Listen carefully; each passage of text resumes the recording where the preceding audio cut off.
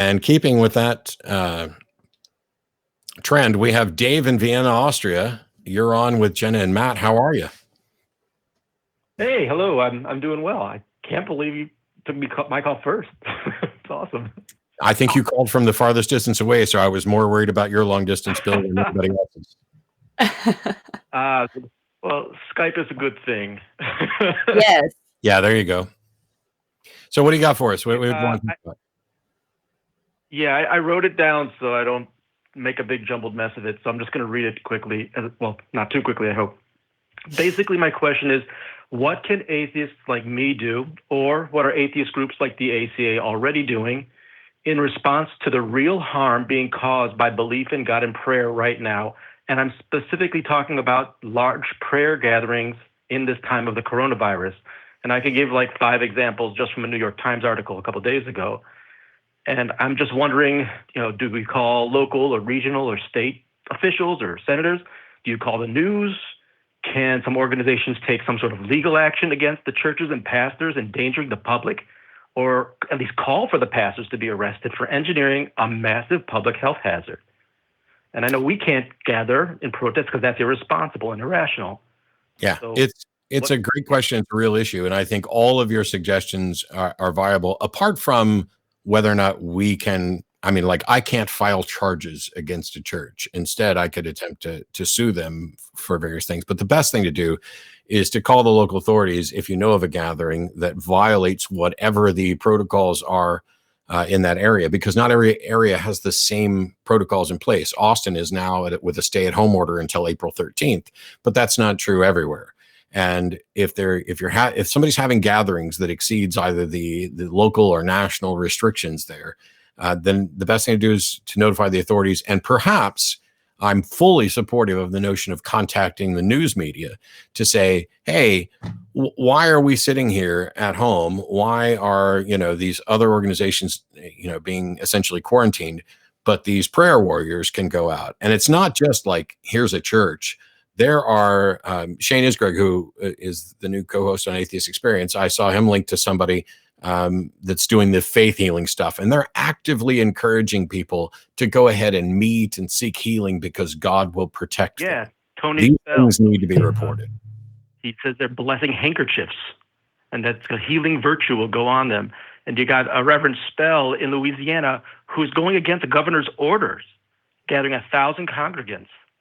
Yeah, I mean, they're doing it, already defying local law. And even if they're not, aren't they violating just general public health rules? Go ahead, Jen. What's the health risk, whether there's a rule or not? I would say that this kind of thing, this kind of, I guess, spreading of viruses and just ignoring, ordinances and all kinds of things like that have happened ever since humans have existed. And I think that if you look at, I guess over history, I don't know. I think we're getting a better handle on things when you don't have certain governmental changes. I don't know. I think we're working on it. I think that ACA is we're trying to promote working remotely and staying home. But I don't know. I think that there's nothing we can do about things like that except learn from it and talk about it, which is exactly what we're doing. Yeah, make people aware of it. We're doing what we can by example, but if I knew that there was a church in Austin that was meeting, and I don't know of any, the mayor's order about the stay-at-home order specifically prohibited those gatherings as well, listed them as non-essential. And the one thing is to challenge this on is, if God is everywhere, and prayer works just as well when you're at home as it does when you're at church, why can't all these people stay at home and pray? Why can't they create a telephone circle and pray? It seems to me... Actually, in some religions, there are theological reasons. I mean, like last month, almost 1,000 Orthodox Jews gathered at the Western Wall specifically to pray for God to give relief on the coronavirus. But this is actually consistent with Jewish theology, in which you're supposed to pray as a community, and it's believed to have more power. And also it gets worse for Jews, because if it's the Sabbath, then they can't use the telephone without one of those auto dialer work right. for some Jews anyway. The thing is, Yeah. if if they're, I think that the gatherings are there as a sort of screw you to everybody else, in the sense of, look how protected we are from God. Mm, By God, we are going to get together to pray, and our church is going to be safe. And it's an opportunity to show that our church is the one true church, that we are truly biblical. And, Right. and the thing is, I think it's going to backfire, like it did in New York with that Jewish temple in New York that ended up with that whole area quarantined because one person showed up there. And there's they can't prove the thing they want to prove, and it can backfire too, because then you can just say, we had everybody in our church gathering and praying, and God protected us, but he only protected those of us who are really sincere. We can't help it if some random insincere believer with coronavirus stumbled in off the street and started infecting people. And so it's just, they're not only making them the order. Yeah, it's just best to obey the they're order. not only endangering themselves, which would be bad enough by itself, but they're endangering everyone in their community. If you don't mind, I actually have a slightly philosophical question. If I could, it's connected very much to this. I mentioned this to a believer friend of mine, and he said something like, "You can believe in prayer without being stupid." And it brought on a very big conversation about where I was referring to, if I understood you correctly in the past, this idea that belief is not something we choose. We don't choose to believe or disbelieve something that kind of grows on us or whatever. So it seems to me that if you really believe that your prayer or your gathering and praying is going to make the man in the sky, make the bad juju go away, it's moral and logical. It's not rational because it's based on an irrational belief, but it's logical following the irrational belief to do it. No, I was raised that there's God's law and then there's the political law. And God's law is to follow the government law. But at the end of the day, if it comes down to choosing between one or the other, and you're conflicted, then you have to go with God's law. And so that was what I was taught growing up. And so I'm just wondering, well, what is everybody else being taught? Who's teaching these people? Because that's just what I was told was just the right thing to do, Sure. Thanks so much for taking my call. Like I mentioned, I live in Vienna, Austria, but my family's in the States. So I've got no grounding to take any action against any church anywhere. But if you do, or anyone else listening is in a town where their church is putting the rest of the town or the community in danger with this gathering, please take some action. I don't know what action would be. That's why I'm calling you guys. I think contacting the relevant authorities and potentially the news media is one thing. If you're going to have a talk with the people, yes, you could view it as moral and internally consistent with their reasoning if they're sincere believers that they must gather together to, entreat God to act upon their behalf.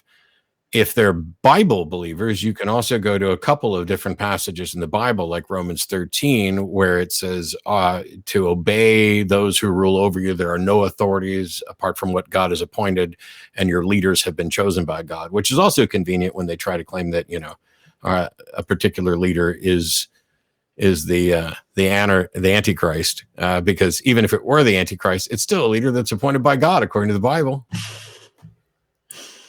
Yeah. And it doesn't have to be atheist groups that would take action. I would wish to hear more from like the American Medical Association, some medical organizations, to say, hey, this isn't a matter of faith. This is a matter of public safety, and you're putting us all in danger.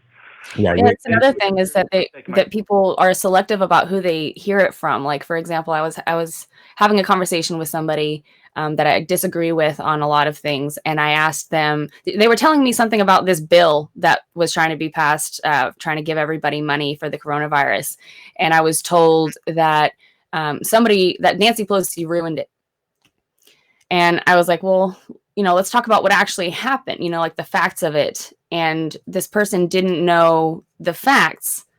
And when I asked this person, I said, well, if I had told you, okay, well, the president had done this and that's bad, would you just accept that? or would you want to know more information to make a judgment for yourself? And this person said, oh, well, coming from you, I know that you know, so ... This person was assuming, oh, well, because it's coming from you, that means that you're biased against this person. So that means that I can't trust anything that you say. And that's just how they live their life.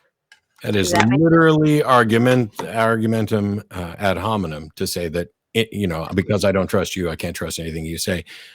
Which is one of those things that kind of seems reasonable to people. You know, if I find somebody to be untrustworthy, the temptation is to not believe anything they say. But somebody who I don't trust and who I know to be a liar could still say, you know what, the sky is blue. And I would have to say, you're correct. Right. It appears blue. And then we can have a separate discussion. But thanks for the call, Dave. I'm going to let you go now. We're trying to get on to some other callers. Appreciate it. Dave. And I'd like to not only see medical organizations, but also the churches who are obeying the orders, call out those that aren't. You know, how weak is your God that their God is evidently stronger, that they can be at home and doing this without endangering people? Maybe, you know, I remember something my dad told me ages ago, which when I made a comment about, you know, if prayer can heal things, why do people go to doctors? And his answer was, well, God gave us brains and gave us doctors, and he expects us to use our brains. So it's kind of like the Lord helps those who help themselves kind of thing. Yeah. But the truth is, that's not really a response, because if God can do anything and prayer can do anything, as it's repeatedly stated, then we wouldn't need doctors. Well, it said he can, but he won't, because he wants to give you free will. So yeah. He won't do it because he wants doctors to keep getting money. Yeah.